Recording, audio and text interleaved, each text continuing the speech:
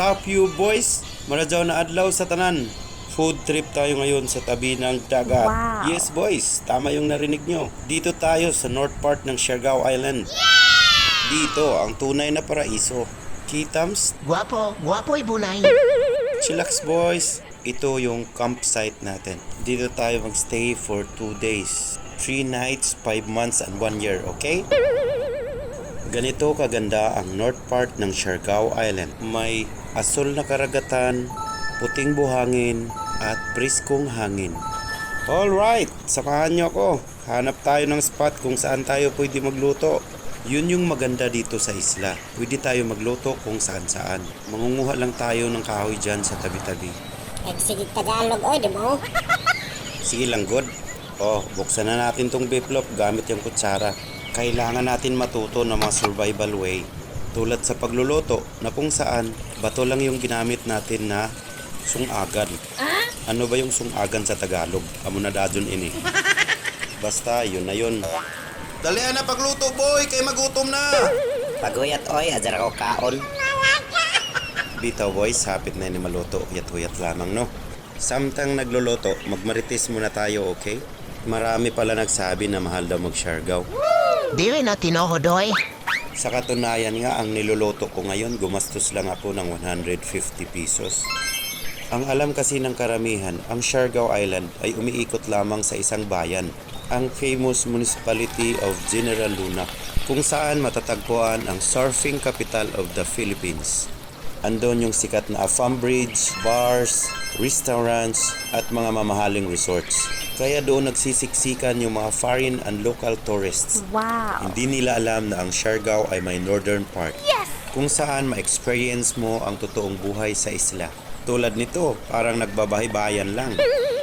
Alright boys, luto na yung mga ulam natin. Itabi muna natin sa may misa para isunod naman natin yung pagluluto ng kanin. Bilisan na natin kasi mataas na ang sikat ng araw, okay? So habang nagluluto tayo ng kanin, tuloy tayo sa marites. So yun na nga guys, dito sa north part ng Siargao Island, makakabili ka ng murang gulay galing sa ating mga local farmers. Makakabili ka ng murang isda galing sa ating mga local fishermen. Marami din dito mga kainan ng mga restaurants. Marami din dito ang mga resorts, homestay, cottages, kung saan pwede kayo magstay. For a while or hangtod sa kanturan amin. Tama na muna yung marites para makain na tayo. Alright boys, luto na yung kanin, sukad na tayo. Ilatag na yung mga ulam. Iayos din natin para maganda yung presentation. Para pag na-post sa social media, maglaway ang makakita. Pag sure di oy. Amo gani, ibutang na iton mga sudan. Yes! Iayos natin yung sausage, beef loaf, hot dogs. Samahan din natin ng mangga para may prutas, di ba? O ganyan, hiwain natin ng parang pa square-square. Itong isa naman, hiwain natin ng pa heart-heart. Bitaw oy, hapit na gasod kadalira. Yes! Ganitong mga bagay ang magandang i-experience sa isla. Kasama ang pamilya, mga tropa, jowa na punoon. Ibutang na ton gulay. Mayroon din tayong kamatis, saka yung ginawa natin na sausawan. Ilagay na natin yung talong, no? Talong na hiningi doon sa kapitbahay. Pritong talong. Oh, ayan na, handa ng pagkain. Yes boys, may papakita pala ako sa inyo yung improvised na orasan. Tingnan nyo kung gaano siya ka-accurate. 7:58 in the morning.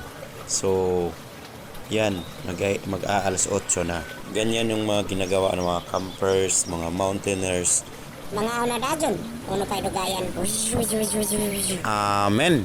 Ura na hungit para sa ijo. Parang hindi naman natin to maubos guys. Itabi na lang yung matira para mamaya, okay? Oh, tapos na kumain. Busog na.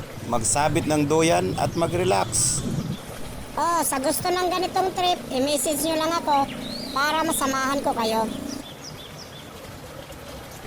Bye guys! Paalam! Hanggang sa muli!